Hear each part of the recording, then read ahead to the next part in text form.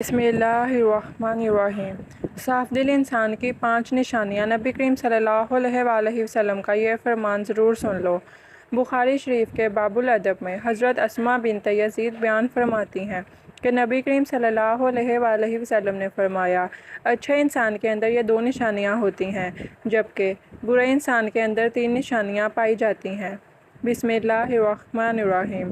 محترم ناظرین، صاف دل انسان کی 5 نشانیاں کون کون سی ہیں اور ہمارے پیارے حضور نبی کریم صلی اللہ علیہ وآلہ وسلم نے اچھے انسان کی کون کون سی نشانیاں بیان فرمائی ہیں، ساتھ ہی ساتھ برے انسان کی کون کون سی نشانیاں بیان فرمائی ہیں، برے انسان کی کون کون سی نشانیاں بیان فرمائی ہیں، یہ تمام باتیں اس ویڈیو میں پیش کی جا رہی ہیں۔ محترم ناظرین، سب سے پہلے بات کرتے ہیں کہ صاف دل انسان کی 5 نشانیاں کون کون سی ہیں۔ ماہرین نفسیات کے مطابق صاف دل انسان میں یہ 5 نشانیاں پائی جاتی ہیں۔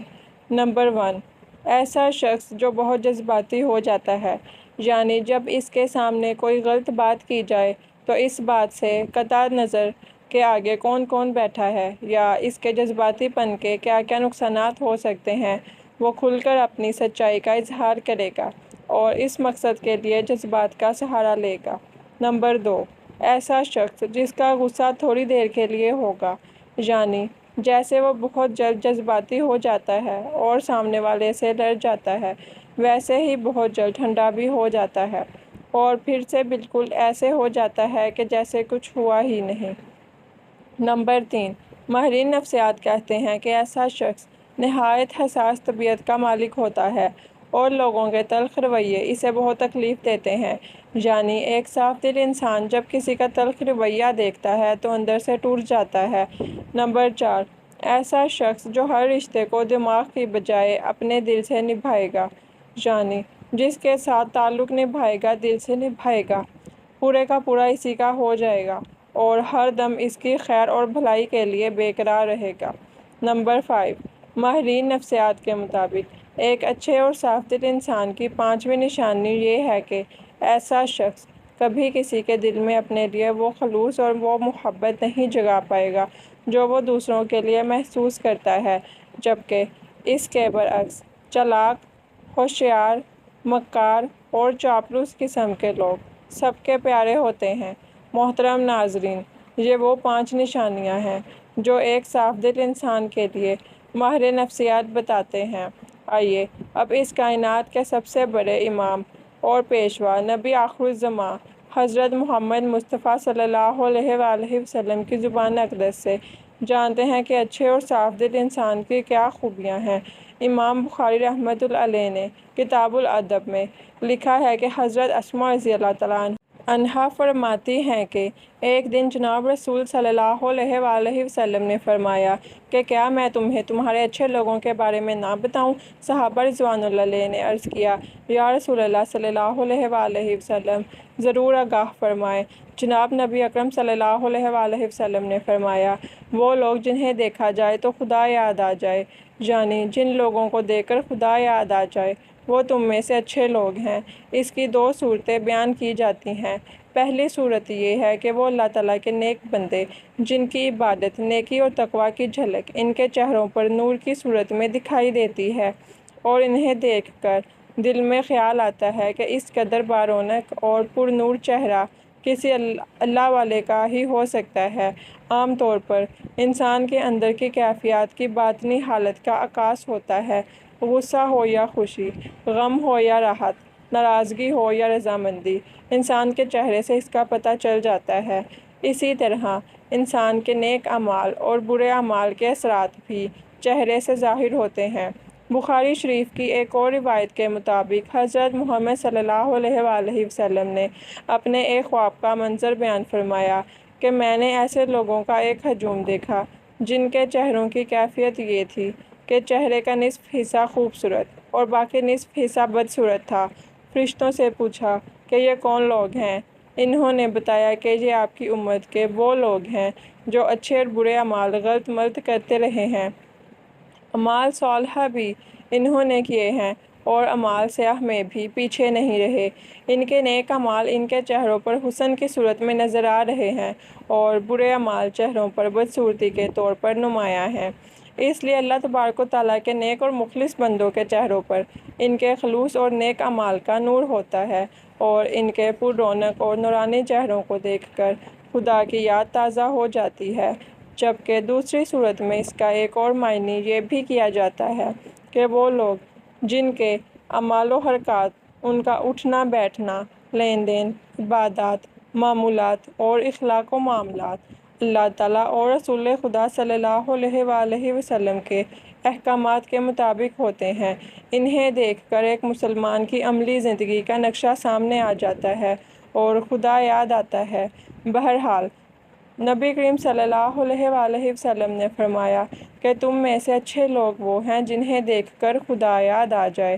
اس کے علاوہ حضرت محمد صلی اللہ علیہ وآلہ وسلم نے ارشاد فرمایا، کامل مومن وہ ہے جس کے اخلاق اچھے ہوں۔ مومن اپنے حسن اخلاق سے دن میں روزہ رکھنے والے اور رات میں عبادت کرنے والے کا درجہ پا لیتا ہے۔ حضور نبی کریم صلی اللہ علیہ وآلہ وسلم کا ارشاد ہے کہ تم میں سے بہترین شخص وہ ہے جس کے اخلاق سب سے اچھے ہوں۔ ہمارے اخلاق ہمارے خالق اور مالک کے ساتھ بھی اچھے ہونے چاہیے اور بندوں کے ساتھ بھی اچھے ہونے چاہیے۔ اچھے اخلاق کا مطلب یہ ہے کہ اسے ایک جانیں، اس کا ہمسر کسی کو نہ بنائیں، جو مال اللہ نے دیا ہے اس میں سے اس کی راہ میں خرچ کریں، نماز کی پابندی کریں، یوم آخرت پر ایمان رکھیں، قرآن پاک اور دیگر آسمانی کتابوں پر ایمان رکھیں، اس کی حلال کردہ چیزوں کو حلال اور حرام کردہ چیزوں کو حرام جانیں، ہمیشہ اپنے خالق و مالک کا شکر ادا کرتے رہیں اور تکلیف پہنچنے پر صبر کریں۔ یہ اوصاف ہیں اچھے اخلاق والوں کا اپنے رب کے ساتھ۔ اسی طرح ہمارے اخلاق بندوں کے ساتھ بھی اچھے ہونے چاہیے۔ اچھے اخلاق کے لیے علم کا ہونا ضروری ہے، اس لیے علم حاصل کریں اور اس علم سے لوگوں کو فائدہ پہنچائیں۔ ماں باپ کی فرما برداری کریں، انہیں کبھی جھڑکیں نہیں، ان کے ساتھ نرمی سے بات کریں، انہیں اف تک نہ کہیں، ان کی صحت کا خیال رکھیں، ان کو اپنے ساتھ رکھ کر ان کی خدمت کریں۔ بندوں کے ساتھ اچھے اخلاق میں یہ بھی ہے کہ رشتہ داروں کے ساتھ صلہ رحمی سے پیش آئیں، رشتوں کو نبھائیں، رشتوں کو جوڑیں۔ حضور نبی کریم صلی اللہ علیہ وآلہ وسلم کا ارشاد ہے کہ جو تمہیں محروم کرے تم اسے عطا کرو۔ ایک اور جگہ آپ صلی اللہ علیہ وآلہ وسلم نے فرمایا کہ لمبی عمر چاہتے ہو تو اپنے رشتہ داروں کے ساتھ صلہ رحمی کرو۔ اچھے اخلاق کی ایک علامت یہ بھی ہے کہ ہم اسلام میں پہل کریں، اسلام کو عام کریں، ہر جاننے والے اور انجان مسلمان کو سلام کریں، جبکہ آج یہ بات عام ہو چکی ہے کہ ہم صرف اسی کو سلام کرتے ہیں جس کو ہم جانتے ہیں۔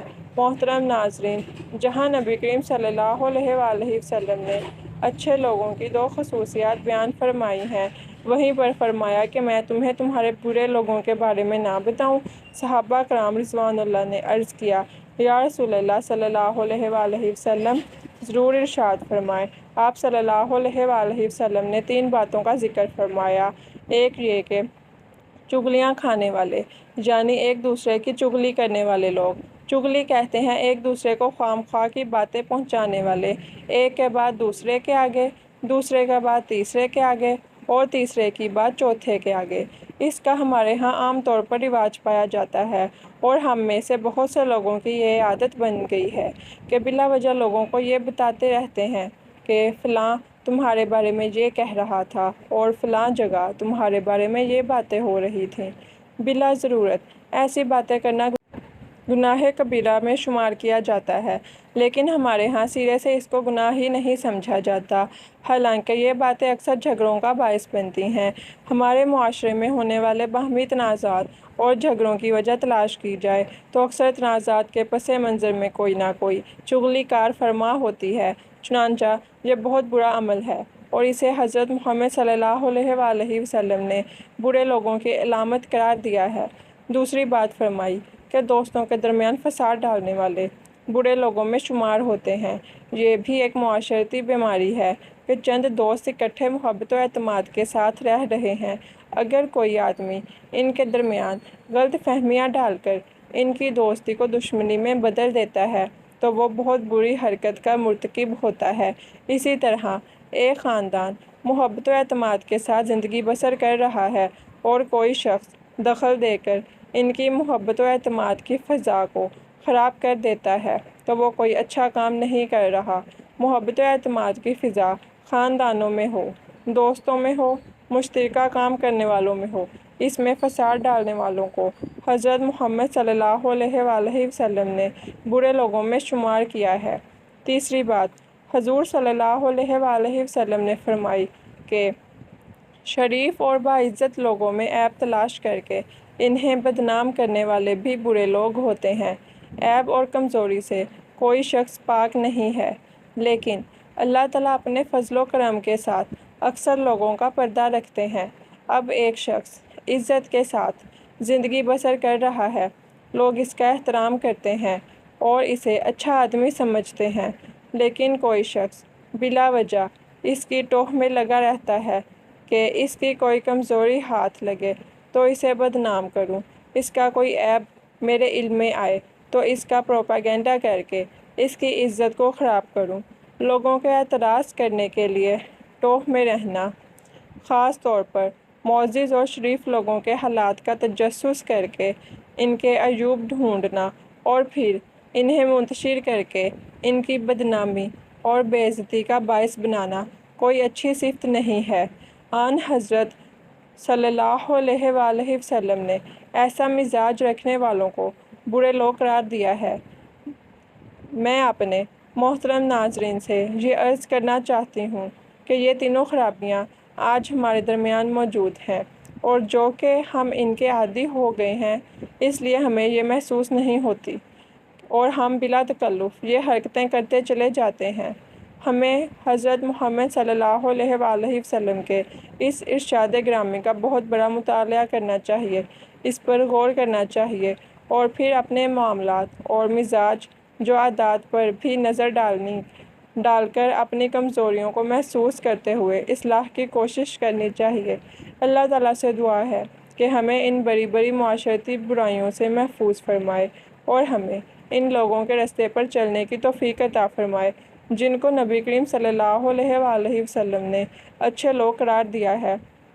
تمام مسلمان بہن بھائیوں سے درخواست ہے کہ ایک مرتبہ نبی کریم صلی اللہ علیہ وآلہ وسلم کی ذات اقدس پر دل کی گہرائیوں سے درود و سلام بھیجیں۔ تمام احباب سے گزارش ہے کہ اللہ کے 99 ناموں میں سے ایک نام ضرور کمنٹ میں لکھنا۔